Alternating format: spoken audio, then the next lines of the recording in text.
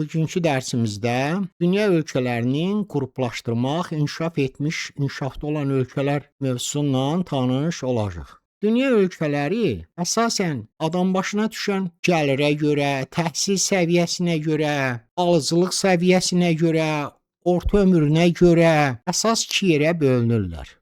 Ən əsas adam başına düşən gəlirə görə. İnkişaf etmiş ölkələr, bir də inkişafda olan ölkələr. İnkişaf etmiş ölkələr dünyada ən çox Avropada və Şimali Amerikada geniş yayılmışdır.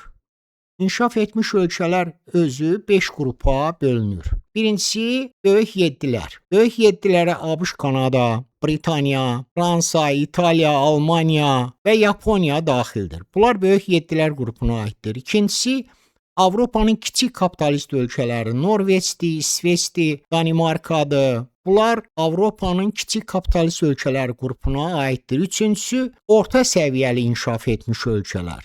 Bunlara İspaniya, Portuqaliya, Yunanistan, İrlandiya bunlar daxildir. Dördüncüsü bu qrupa yeni daxil olmuş ölkələr. Kiprdir, Singapurdur, Cənubi Koreyadır. Bunlar da yeni daxil olan ölkələr qrupuna aiddir. Bir də var köçürmə ölkələr. Köçürmə ölkələr bunlara ona görə elə deyirlər ki, bunlara kapitalizm ya da əhali Avropadan köçüb gəlmişdir. Ona görə də bunlara köçürmə ölkələr deyilir. Avstraliyadır, Zelandiyadır, Cardır, bəzən aid eləyirlər. Bunlar köçürmə ölkələr qrupuna aiddir. İnkişafda olan ölkələr dünyada daha çoxdur. İnkişafda olan ölkələrin sayı 150-dən çoxdur.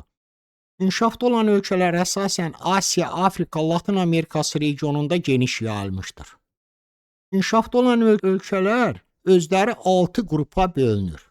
Birincisi əsas ölkələr, ona Çin, Hindistan, Braziliya, Meksikanı da aid etmək olar. Bunlar əsas ölkələr qrupuna aiddir. İkincisi neft çıxaran varlı ölkələr. Qətərdir, Bəhreyindir, Səudiyyə Ərəbistanıdır, Küveytdir. Bunlar neft çıxaran varlı ölkələrdir. Üçüncüsü klassik ölkələrə, məsələn, Monqolistandır, Əlcəzairdir, Mərakeşdir. Bunlar klassik ölkələr qrupuna aiddir. Dördüncüsü kasıb ölkələr. Bangladeşdir, Əfqanistandır, Sudanlardır, Efiopiyadır, Somalidir. Bunlar kasıb ölkələr qrupuna aiddir. Beşincisi, məsələn, keçid ölkələri. Buna əsasən Şərqi Avropa ölkələri, MDB ölkələri, bax bunlar keçid ölkələri qrupuna aiddir. Azərbaycan, Qazaxıstan, Özbəkistan, Türkmənistan, Rusiya bunlar keçid ölkələr qrupuna aiddir. Altıncısı yeni sənaye ölkələridir.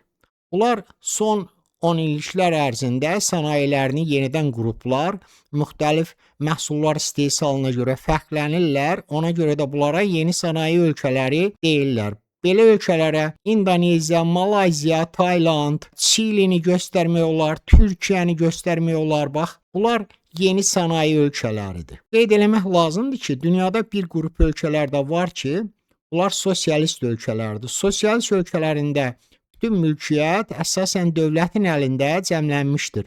Buna Koreya Xalq Demokratik Respublikasını, Laosu, Vyetnamı, bir də Kubanı göstərmək olar ki, bunlar sosialist ölkələri qrupuna daxildir. Sosialist ölkələrdir bunlar.